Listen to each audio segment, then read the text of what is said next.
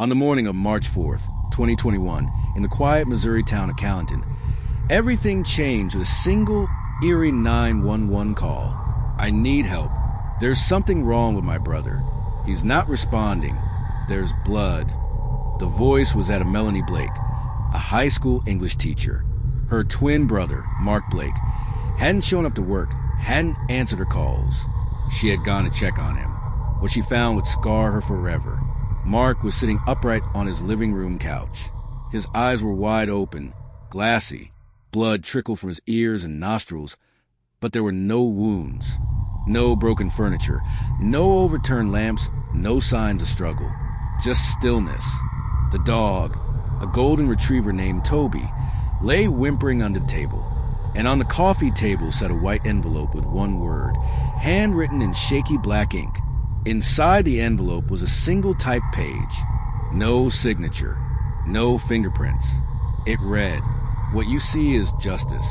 What you won't see is worse. The truth has roots. Some grow underground." It was the first and most cryptic piece of a puzzle that would soon break the hearts of even the most hardened detectives. Mark Blake was 37, divorced, quiet, polite, worked as an accountant in town. He'd been the kind of man who remembered your birthday, who shoveled snow from his elderly neighbor's driveway every winter. No enemies, no criminal past, nothing that suggested this horrific end. But there was something few knew. Mark had been haunted. His sister later told police that Mark often spoke of shadows from her childhood, something he remembered vividly, but that she claimed she had no memory of. He had nightmares, recurring visions of someone watching him, someone from their past. But he never named the person, only called him the man next door. As detectives combed through Mark's house, they found something buried in the back of a drawer beneath old tax returns and worn notebooks, a leather-bound journal. Each entry peeled away layers of Mark's tortured mind. Mel doesn't remember, but I do. I see the boots outside my window. He came back. Same car, same coat, same silence. The final entry was dated 4 days before his death. He never left. He's watching me again. Detectives began searching through Mark's old neighborhood history and unearthed a name, Russell Kane, a former neighbor from the early 1990s, arrested in 2004 for child endangerment. The charges were dropped. A year later, Kane's home mysteriously burned down. He disappeared shortly after. Police tracked property records, vehicle registrations, and professional licenses. That's when they found something chilling. Russell Kane was alive. He had legally changed his name to Dr. Nolan Evers in 2007 and had since earned a Ph.D. in toxicology. He was teaching at a small college in Montana, under the radar, hidden in plain sight. Then came a disturbing break. Surveillance footage from March 2nd showed a man in a dark green Ford Taurus driving slowly through Mark's neighborhood in Callington. The car stopped only once, at Mark Blake's house. The rental agreement for the vehicle listed the name Nolan Evers. The autopsy report added another layer of horror.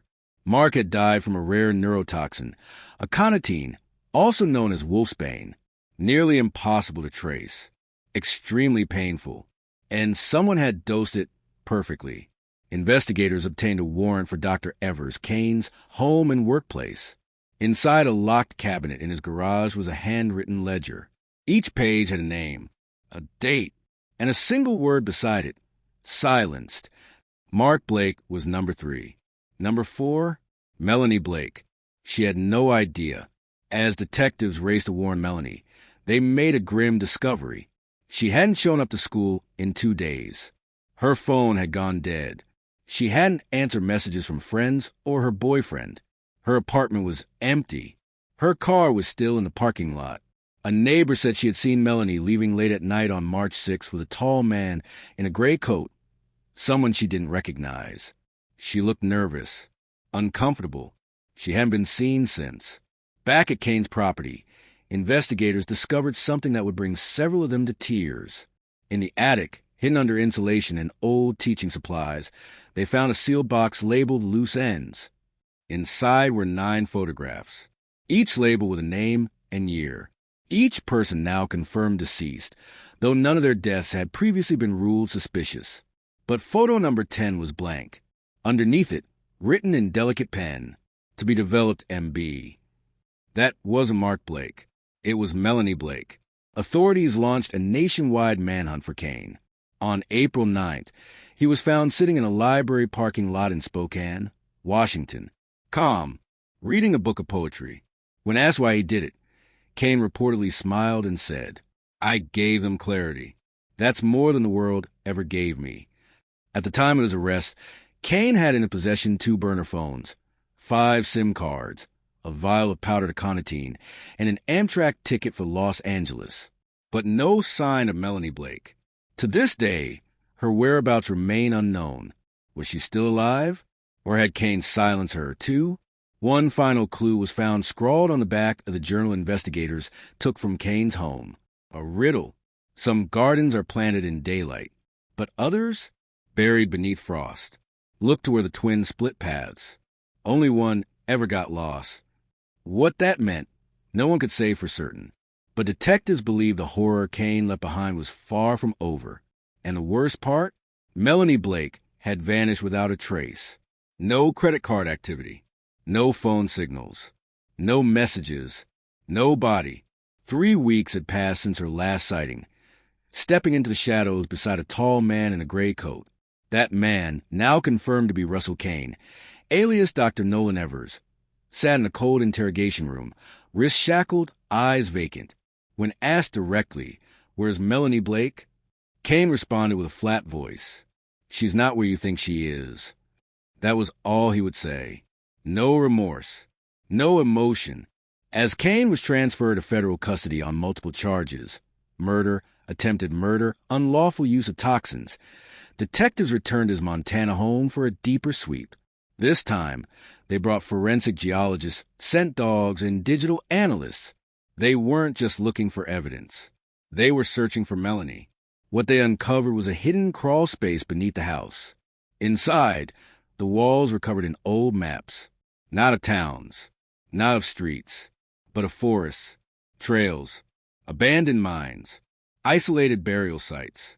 Some maps were decades old. Some had coordinates marked in red ink. One map had a single sentence written across it. "She'll remember this place." Investigators traced the coordinates to a remote region near Echo Valley, Missouri, barely 2 hours from where Melanie and Mark had grown up.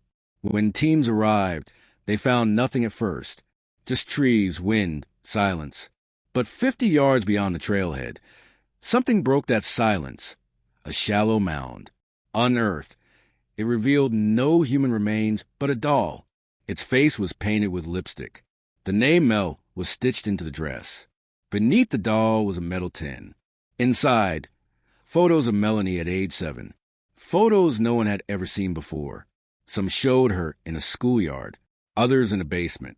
One image turned their blood cold. It showed Melanie standing next to Kane, back when he was just a man next door. He had kept it all. He had planned this for decades. But the mystery only deepened. Alongside the tin was a small audio recorder.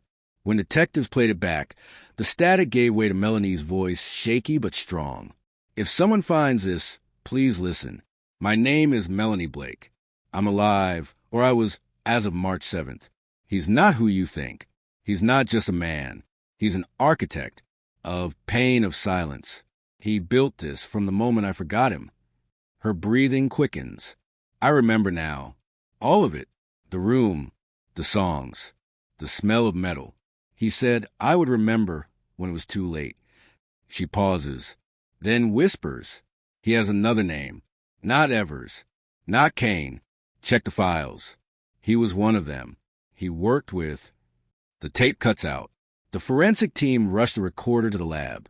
The damage was severe, but analysts believed there might be a way to restore the missing audio, a clue that could reveal Kane's past and potentially another identity. Meanwhile, something terrifying surfaced from the FBI's cold case unit. A 1989 case, unsolved. A girl named Natalie Ferris, aged 8, vanished from her home in Kansas City. Her case never made headlines. But the composite sketch of the last man seen with her, A near-perfect match for a young Russell Kane. The files revealed a familiar pattern. No break-in, no struggle, no signs of forced entry. Just like Melanie, just like Mark. The FBI feared Kane's list of victims could stretch back decades across multiple states. Potentially dozens of children, forgotten by time, failed by the system. As the investigation widened, one strange detail emerged from Kane's storage unit in Billings. An old suitcase. Inside, a baby's onesie neatly folded, dated in 1985. A strand of hair was caught in the fabric, female, brown, and recently shed. DNA tests confirmed it did not belong to Melanie Blake, which meant someone else was still with him, or had been. Another victim, another accomplice, or someone worse. Then, on May 2nd, 2021, a security camera at a gas station in Nevada captured a grainy figure. A woman with sunken eyes, walking barefoot, hair disheveled. She was caught glancing toward the camera for just a second. Facial recognition software was run. The match? Melanie Blake. The timestamp? 3:12 a.m. But when authorities arrived, she was gone. Left behind was a single item placed beside the trash bin. A photo. Mark Blake as a child, with the words scrawled on the back. He never left. He never stopped. I know the truth now, but if I speak, more will die. For weeks after the gas station sighting, law enforcement scoured the Nevada desert. Helicopters, drones, scent dogs. All yielded nothing. Melanie Blake had vanished again. But her final message, scrawled on the back of a childhood photo of her brother, was now the investigators' focus. He never left. He never stopped. I know the truth now, but if I speak, more will die. The chilling possibility emerged. Melanie wasn't just running from Russell Kane. She might be running with him. Or worse, protecting him. But why? Then came the break no one saw coming. A cold case analyst from Missouri cross-referenced background records from foster homes in the late 80s. Russell Kane had never been legally adopted. His real name wasn't Russell. It wasn't Nolan Evers either. It was Isaac Marin, a ward of the state until 1984, placed in the same rural group home where Melanie's mother once worked. That wasn't a coincidence. The dots began to connect. At age 10, Isaac disappeared from that group home after allegedly attacking another child. He was never seen again under that name. Authorities believe he spent the next 2 decades crafting new identities, each time positioning himself near children, schools, or single mothers. Over 30 aliases traced, many tied to communities where children went missing. But here's the twist that shook the entire investigation. Isaac Marin wasn't working alone. A hidden basement inside his Billings storage unit revealed something bone-chilling. Wall-to-wall records, VHS tapes, photos, a hand-drawn tree of names marked in blood-red ink, dozens of initials, crossed out one by one. But 2 names weren't crossed out. M. Blake, C. Blake, C. Blake, Mark's son, Cameron. The truth hit hard. Melanie hadn't just fled. She was trying to protect the last person she loved, her nephew. Detectives began operating under the theory that Kane had tried and failed to get to Cameron, that Melanie bargained with him. Her silence for the boy's safety. A mother figure, a protector, a prisoner. But then came the final blow.